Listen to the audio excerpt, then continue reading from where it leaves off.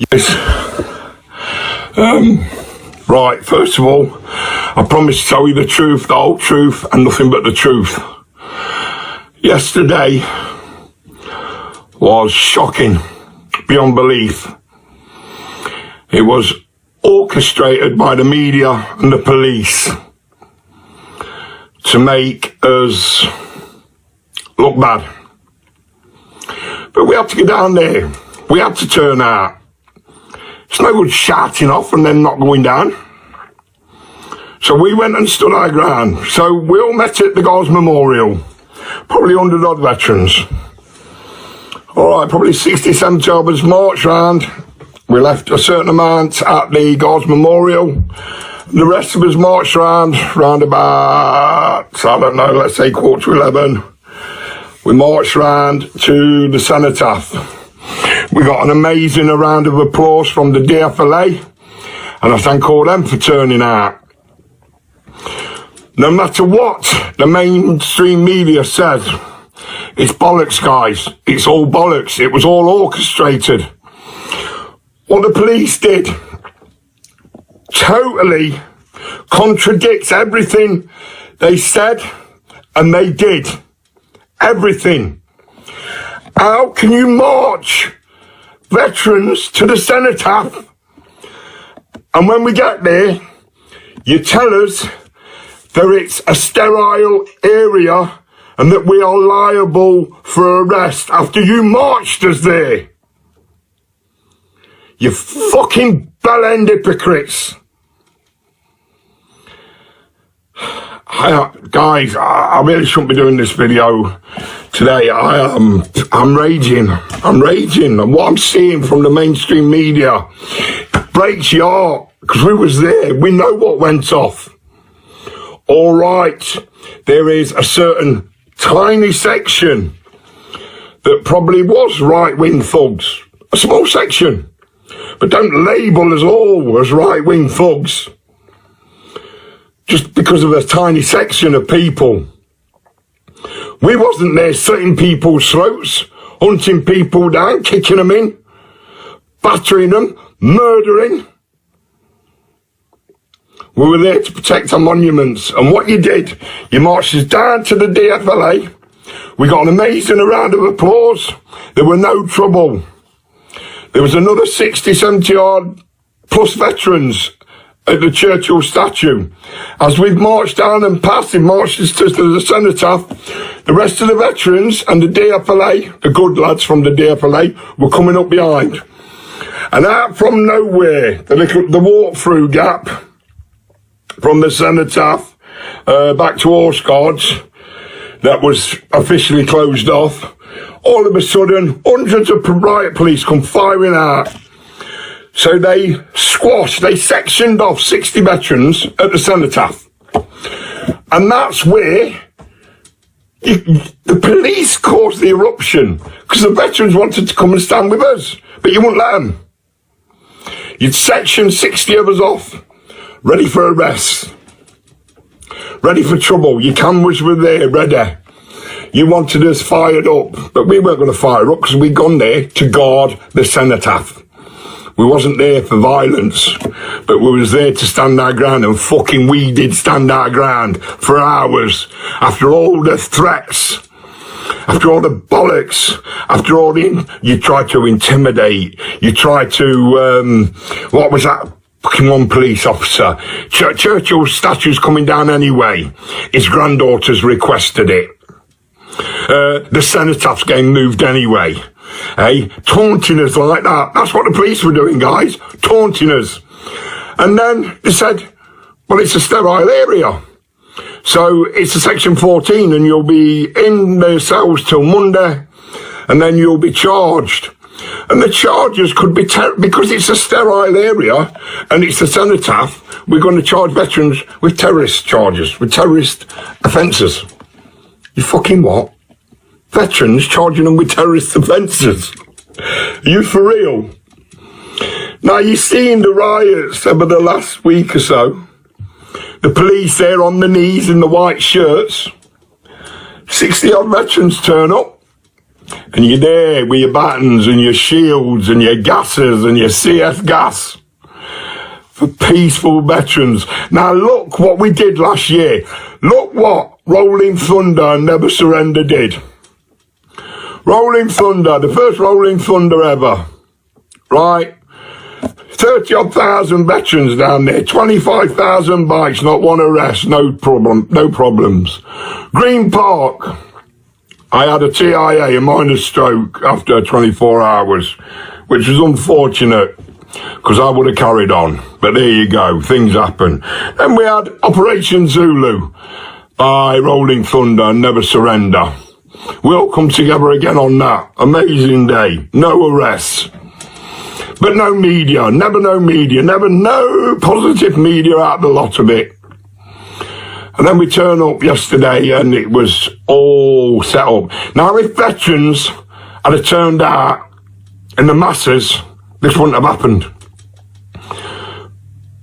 If certain veterans groups had to put out bullshit about don't turn out, that I thought veterans meant to stand together. But no, it seems there's a difference between a fucking infantryman and a chipper. That's what it seems to me. Because the only men that were really stood there at the cenotaph were infantrymen, Marines, paras, guards, infantrymen. And a shout out to any other veteran, and my love and respect to any veteran that went down there yesterday. Even the veterans got divided at one point because the police were coming in, they were saying stuff, and they were just putting frighteners on the older veterans, and, you know, veterans have got families and stuff like that to go back to, and they don't want locking up till fucking Monday. So even some of them dissipated, and I don't blame them. But they went, and we still stood our ground. 30 or 40 of us stood our ground. We weren't going to move. We'd rather be arrested. But then it got quite serious and they started getting heavy-handed.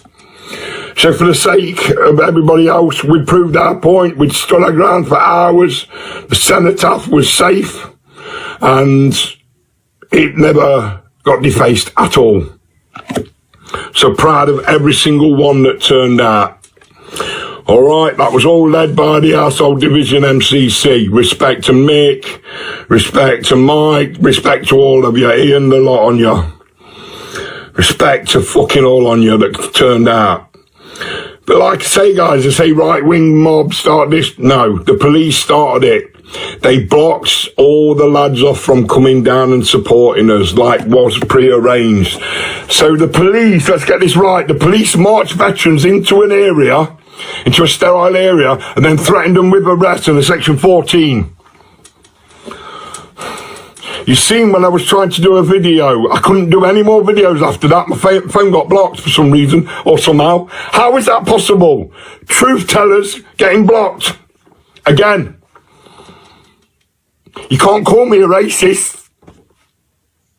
I'm not fucking Tommy Robinson. Not that Tommy's a fucking racist.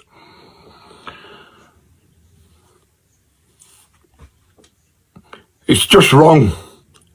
It's wrong on every level. And then you put that amount of police around us to leave the baying mobs of Black Lives Matter and Antifa to run round kicking in middle-aged white men, young white lads,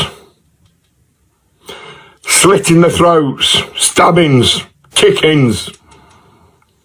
Fucking horrendous.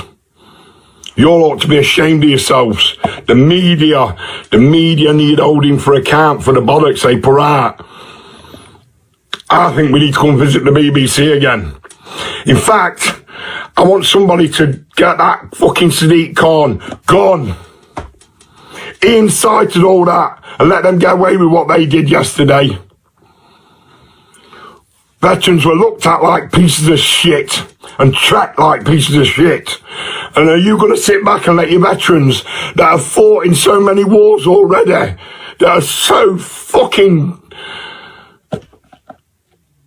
in so much pain, veterans are in so much fucking stress because there's no hope out there for anybody that comes back from war.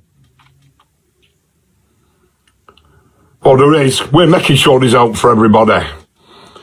Fucking us. Never surrender. Veterans for veterans. Gaz Weaving at the fort. Veterans retreats. Outpost charity. Veterans Lifeline. All these guys that work on 100% non-profit charitable organisations, these are the only ones that are doing it. All these top ones, Help for Heroes and all the rest of it, bunch of fucking tossers, a lot on you. You make me sick. You're complicit with the government and your money schemes that you've got with the government.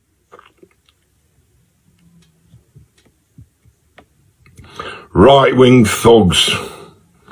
And then, you know, and all I've seen on the news this morning, some fucking dickhead pissing next to the memorial of a police officer. Well, you got to piss somewhere. Every toilet was closed. You won't even let us take elderly pensioners for a piss anyway.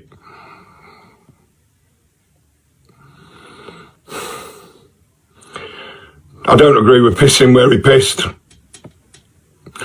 But it shouldn't be fucking main news. Not when lads were getting stamped on and stabbed and throats slit. Not when veterans were getting fucking threatened.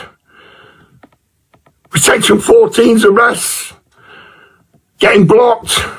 Getting stopped from doing anything. And then when we decided to leave, we marched past the main police command and we asked them for 2 bottles of water. They had stacks and stacks and stacks of water. There were 2 elderly veterans suffering. We asked you for 2 bottles of water. Copper more or less sucked his teeth at us and closed the flap on the tent. Only then, for you to march past with 4 police officers around a Black Lives Matter protester to pick up a bottle of water, to pick up a box of water, to marching past in front of all the veterans to take water to the Black Lives Matter protesters. The police were supplying water to the Black Lives Matter protesters. Fact. I don't lie, guys. Ask every veteran that was outside the Guards Memorial. It's a fact. I tell the truth. And I'll tell it straight. I'm still shaking. I am physically shaking from yesterday. All them veterans that said they'd turn out and didn't. I know a lot of people got stopped on the motorway. They closed motorways down. They closed tube stations down, and they closed certain train stations down as well. A1, M1, they just did everything to intercept people getting together. And their narrative was just right-wing thuggery. It was never the case. It was the odd little mob. I've certainly never seen none of it. They were just stirring it and stirring it and stirring it. Baying the mob. And on many occasions we tried to speak to leading police authorities and they just kept fucking us about. Shocking state of affairs this country's in. And I don't know where we go from here, guys. I want somebody to fucking really stand up now.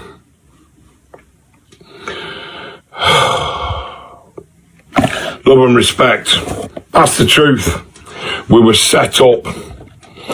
We were taunted. Chastised. Wound up. Used and abused. Spat at.